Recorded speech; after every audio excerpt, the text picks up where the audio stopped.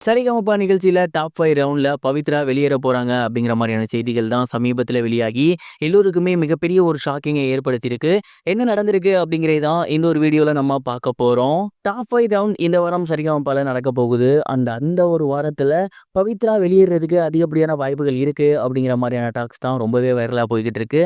என்னப்பா சொல்ற? அவங்க ரொம்ப சூப்பரா தானே பாடிட்டு இருக்காங்க. இது என்ன புதுக்கதை அப்படிங்கிற மாதிரி கேட்டிங்கன்னா, அவங்களோட ஃபேன்ஸ் மட்டும் இல்லாம ஒரு சில சோசியல் மீடியால இது ரிலேட்டடா ஒரு சில டாக்ஸ் போய்கிட்டு இருக்கு. குறிப்பா ரசிகர்கள் என்ன சொல்றாங்க அப்படின்னா, பவித்ரா அவர்கள் போன வாரம் கோல்டன் பெர்ஃபார்மன்ஸ் வாங்கல. ஜட்ஜஸே என்ன சொல்லியிருந்தாங்க, நாங்களா விருப்பப்பட்டு குடுக்கறது வேற, நீங்களா அத எனக்கு தந்தே ஆகணும்னு பாடுறது வேற. அந்த மாதிரியான சாங்ஸ தான் எதிர்பார்க்குறோம் அப்படின்னு சொல்லியிருந்தாங்க. அண்ட் அது மட்டும் இல்லாம அவங்க கிட்ட அப்ஸ் அண்ட் டவுன்ஸ் அடிக்கடி இருந்துட்டு இருக்கு.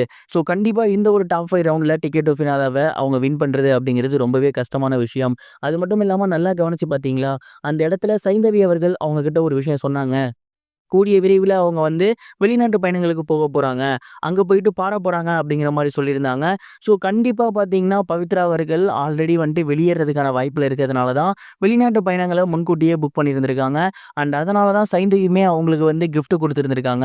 இதெல்லாம் கனெக்ட் பண்ணி பார்த்தோம் அப்படின்னா, கண்டிப்பா பவித்ரா வந்து டாப் 5 ரவுண்ட்ல இருக்க மாட்டாங்க போல. எலிமினேட் ஆயிருவாங்க போல அப்படிங்கிற மாரி ரசிகர்கள் சொல்லி வந்துட்டு இருக்காங்க. மேலும் பவித்ரா ரொம்ப சூப்பரா பாடுவாங்க. அதுல எந்த ஒரு சந்தேகமும் கிடையாது. ஆனா பவித்ரா விட இன்னும் சூப்பரா பாடக்கூடிய சபேசன், சுசாந்திகா அது மட்டும் இல்லாம ஷிவானி அப்படின்னு ஏகப்பட்ட பேர் இருக்காங்க. அதுல சுசாந்திகா செலக்ட் ஆயிட்டாங்க. பேலன்ஸ் இருக்கவங்களும் இன்னும் நிறைய பேர் இருக்காங்க. ஸோ டாப் 5க்குள்ள வரது அப்படிங்கிறது ரொம்ப கஷ்டமான காரியம் அப்படின்னு பிராக்டிகலாவும் ஒரு சில பேர் வந்து சொல்லிட்டு இருக்காங்க. ஸோ இந்த மாதிரியான ரீசன்ஸ்லாம் வச்சு தான் இந்த வாரம் பவித்ரா வெளியேற போறாங்க அப்படின்னு சோசியல் மீடியால போய்கிட்டு இருக்கு. இதெல்லாம் பார்க்குறப்ப நம்புற மாதிரியும் இருக்கு, நம்ப முடியாத மாதிரியும் இருக்கு. சரிகமபால பவித்ரா இவ்வளவு நாளும் ரொம்ப கஷ்டப்பட்டு சஸ்டெயின் ஆகி இவ்வளவு தூரம் வந்துட்டாங்க. இதுக்கப்புறம் அவங்களோட எஃபர்ட்டை போட்டு ஃபைனல்ஸ் போவாங்களா இல்லையா அப்படிங்கிறத பொறுத்திருந்து பார்க்கலாம். இது ஒரு புறம் இருக்க, இயக்குனர் வெங்கட் பிரபு அவர்கள் ரீசெண்டா ஒரு இன்டர்வியூல சிவகார்த்திகேயன் அவர்களோட பண்ண போற படத்தை பத்தி ஒரு சில விஷயங்கள் ஷேர் பண்ணியிருந்தாரு.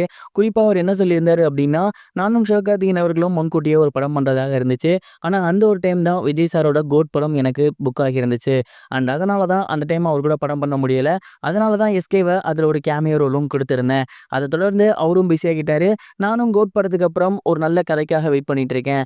அண்ட் இப்ப எஸ்கேக்கு தகுந்த மாதிரியான ஒரு கதை வந்து ரெடி ஆகிட்டு இருக்கு. அவருக்கும் ரொம்பவே பிடிச்சிருக்கு. எஸ்கேவை இதற்கு முன்னாடி நீங்க பார்க்காத ஒரு கோணத்துல கண்டிப்பா இந்த படம் இருக்கும்.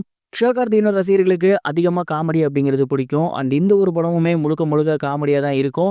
அண்ட் இந்த படம் கண்டிப்பா அவரோட கரியர்ல மிக வித்தியாசமான ஒரு படமாகவும், அதே நேரம் எல்லா தரப்பு மக்களும் ரசிக்கக்கூடிய ஒரு படமாகவும் இருக்கும் அப்படிங்கிறதுல எந்த ஒரு சந்தேகமும் கிடையாது அப்படிங்கிற மாதிரி சொல்லியிருந்தாங்க.